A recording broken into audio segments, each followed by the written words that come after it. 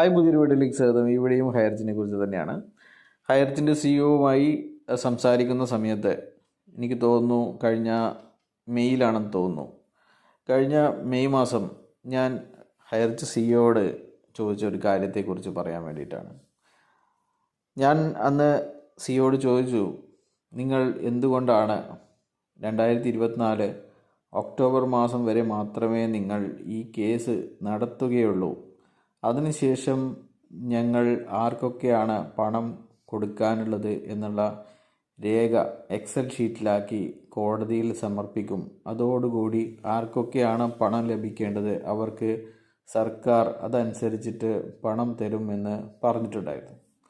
കാസർഗോഡ് നിന്നൊക്കെ FIR register ചെയ്യാൻ വേണ്ടി പോകുന്നവരോട് പറഞ്ഞിരുന്നത്, നിങ്ങൾ ഒക്ടോബർ വരെ കാത്തിരിക്കൂ, നിങ്ങൾക്ക് കമ്പനി തന്നില്ലെങ്കിൽ സർക്കാർ പണം തരും, അതിൻ്റെ പരിപാടികളൊക്കെ നമ്മൾ ചെയ്തു വെച്ചിട്ടുണ്ട് എന്നാണ്. ഞാൻ ഇവരോട് ചോദിച്ചു, എന്തുകൊണ്ടാണ് പണ്ട് ഒക്ടോബർ വരെ മാത്രമേ കേസ് നടത്തുകയുള്ളൂ എന്ന് പറഞ്ഞ നിങ്ങൾ എന്തിനാണ് പിന്നെയും ഈ ജയിക്കാൻ ഒട്ടും സാധ്യതയില്ലാത്ത ഈ കേസ് നടത്തി ജനങ്ങളെ ബുദ്ധിമുട്ടിലാക്കുന്നത് എന്ന്. ആ സമയത്ത്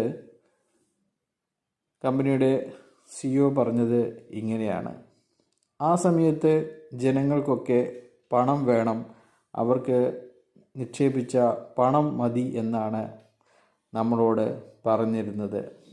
എന്നാൽ ഇപ്പോൾ അവർ പറയുന്നത് നമുക്ക് കമ്പനിയാണ് വേണ്ടത് എന്നതാണ്. അവർക്ക് ആർക്കും തന്നെ കുറച്ചാൾക്ക് മാത്രമേ പണം ആവശ്യമുള്ളൂ, മറ്റുള്ളവർക്കെല്ലാം തന്നെ കമ്പനിയാണ് തിരികെ വേണ്ടത്. അതുകൊണ്ടാണ് ഞാൻ കേസ് നടത്തുന്നത് എന്നുള്ള മറുപടിയാണ് അവർ എന്നോട് പറഞ്ഞത്. ഞാനതിനെ തുടർന്ന് ഞാൻ പറഞ്ഞു, ഇതൊരിക്കലും തിരിച്ചു വരില്ല, നിങ്ങൾ ചെയ്ത കാര്യങ്ങളൊക്കെ ഇങ്ങനെയാണ്, അതുകൊണ്ട് ഒരിക്കലും തിരിച്ചു വരില്ല എന്നതൊക്കെ ഞാൻ പരമാവധി അവരോട് കാര്യങ്ങൾ പറഞ്ഞിട്ടുണ്ടായിരുന്നു. അപ്പോൾ പറഞ്ഞു വരുന്നത്, നിങ്ങൾ തന്നെയാണ് ഈ കേസ് മുന്നോട്ട് കൊണ്ടുപോകാൻ പ്രചോദനം നൽകുന്നത്.